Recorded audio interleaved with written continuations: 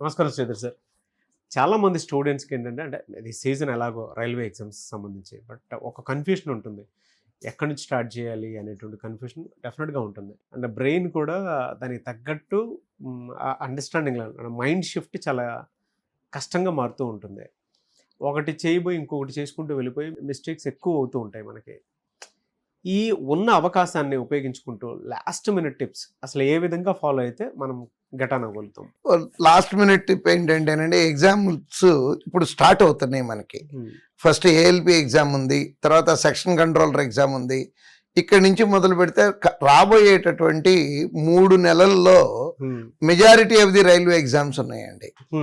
ఇప్పుడు ఇమీడియట్ గా ఎగ్జామ్ ఉన్నటువంటి వాళ్ళు ఎగ్జామినేషన్ హాల్లో తెలుసుకోవాల్సింది ఏంటంటే what to do, what not to do, when to do, when not to do. అంటే ఏం చెయ్యాలి, ఏం చేయకూడదు, నెక్స్ట్ ఏ టైంలో చేయాలి, ఏ టైంలో చేయకూడదు. ఈ ట్రిక్ తెలిస్తే డెఫినెట్గా సక్సెస్ అవుతారండి.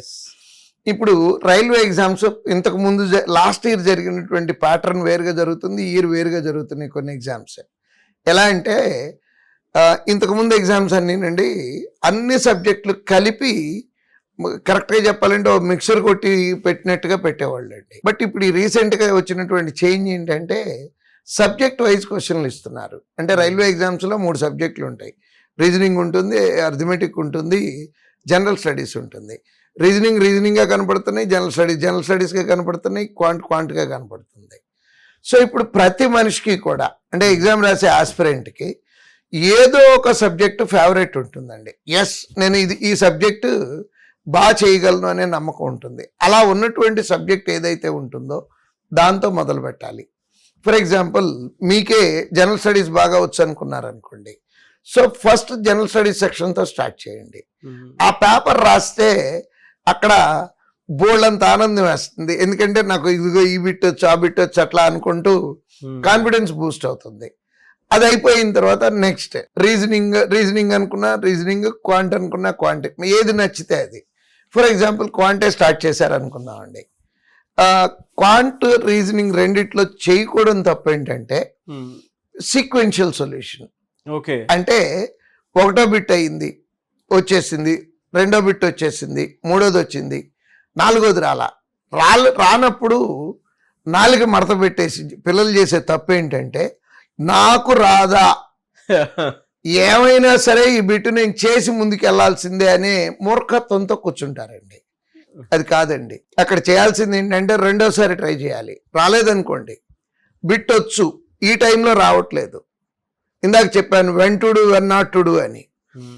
ఈ టైంలో ఈ బిట్ రైట్ బిట్ కాదు, స్కిప్ చేసి పక్కకి వెళ్ళిపోయి మిగతా ఆన్సర్ చేసుకుంటూ వచ్చి మళ్ళీ టైం నిజంగా మిగులుతుందండి. మిగిలిన టైంలో మళ్ళీ వెనక్కి వచ్చి ఇట్లాంటి 4-5 బిట్లు ఉంటే ఆ 4-5 ట్రై చేస్తే 1-2 వస్తాయండి. ఇప్పుడు ఆ ఒక బిట్టు 3 నిమిషాలు, 4 నిమిషాలు, 5 నిమిషాలు కూర్చొని చేయటం వలన మనకు వచ్చే ఎక్స్ట్రా మార్క్ ఏమీ లేదు. ఇండియాలో ఎవడూ చేయకుండా మనం ఒక్కడమే చేశాం కదా అని మనకేమీ అడిషనల్ మార్కులు ఇవ్వరండి అక్కడ. సో ఏదైనా సరే ఈక్వల్ వెయిటేజ్ ఉన్నటువంటి బిట్ కాబట్టి ఆ పట్టు విడుపులు అంటాను చూడండి, ఆ పట్టు విడుపు ఉండాలండి. ఎక్కడ పట్టుకోవాలి, ఎక్కడ వదిలిపెట్టాలి అనేది కనుక తెలిసే పిల్లలు డెఫినెట్గా సక్సెస్ అవుతారు. నెక్స్ట్ జనరల్ స్టడీస్ సబ్జెక్ట్కి వచ్చేటప్పటికి పొర్రపాటును కూడా సెకండ్ టైం ఆన్సర్ చేయకూడదండి. టైం మిగిలింది కదా అని ఏం చేస్తారంటే జనరల్ స్టడీస్ బిట్లు చదవటం మొదలు పెడతారు. ఇందాక ఒక ఆన్సర్ కరెక్ట్ అని పెట్టాడు, ఇప్పుడు మళ్ళీ ఇంకో ఆన్సర్ కరెక్ట్ అనిపిస్తుందండి. బట్ పిటి ఏంటంటే ఇందాకదే కరెక్ట్ అండి, ఫస్ట్ టైం పెట్టిందే కరెక్ట్. సో అందుకని నేను చెప్పే నా అనుభవంతో నేను చెప్తున్న సలహా ఏంటంటే at any cost general studies బిట్లు రెండోసారి చదవకూడదు. థంబ్ రూల్ కింద పెట్టుకొని కనుక ఎగ్జామ్స్ రాస్తే డెఫినెట్గా సక్సెస్ అవుతారండి. చాలా మంచి టిప్స్ సార్. నిజంగా పట్టు విడుపులు అనేది ఖచ్చితంగా తెలిసి ఉండాలి. ఒక స్టూడెంట్ అనుకుంటాడు, మీరు ఇందాక అన్నట్టు 4 మడత పెట్టుకుని దీని అంతా తెలుస్తానే వాళ్ళు ఇది రాకపోతే ఏంటని చెప్పేసి అనుకుంటారు. కానీ డెఫినెట్గా నో. ఎందుకు అనంటే కొన్ని విషయాల్లో ఎంత అంటే టెక్నికల్గా ఎంత స్ట్రాంగ్గా మనం తెలుసుకోగలిగితే అంత మంచిదే.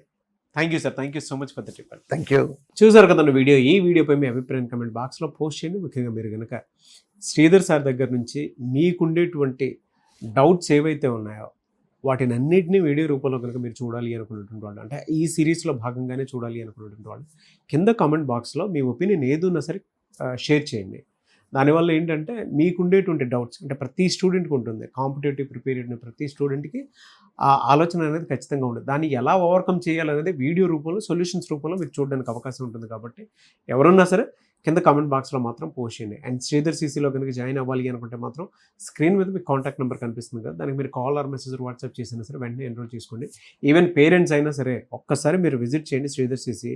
ఇక్కడ టీచింగ్ కానీ, ఫ్యాకల్టీ కానీ, అండ్ టెక్నికల్గా చూసుకున్నా కూడా చాలామంది రెగ్యులర్గా మాక్ టెస్ట్లు అవి కండక్ట్ చేస్తూ ఉంటారు కదా, అవి రాస్తూ ఉంటారు. ఆ ప్యాటర్న్ కూడా ఏ విధంగా ఉందో చూసి దాన్ని బట్టి మీరు జాయిన్ అవ్వచ్చు. అంటే ఎక్కడా లేని విధంగా మన ఇండియాలోనే 2 తెలుగు రాష్ట్రాల్లోనే ఒక శ్రీధర్ సీసీలోనే ఉండేటువంటి ఫెసిలిటీసు ప్రతి స్టూడెంట్కి గవర్నమెంట్ జాబ్ క్రాక్ చేయడానికి అవకాశం ఉండేలాగా ఉంది. ఎవరైనా సరే ఎన్రోల్ చేసుకోవాలనుకుంటే మాత్రం స్క్రీన్ మీద కనిపిస్తున్న నెంబర్ సంప్రదించండి. ఈ వీడియో లైక్ చేయండి, షేర్ మాత్రం తప్పకుండా చేయండి. ఇలాంటి మరిన్ని వీడియోస్ కోసం మా ఛానల్ ఫాలో అవ్వండి. Thank you.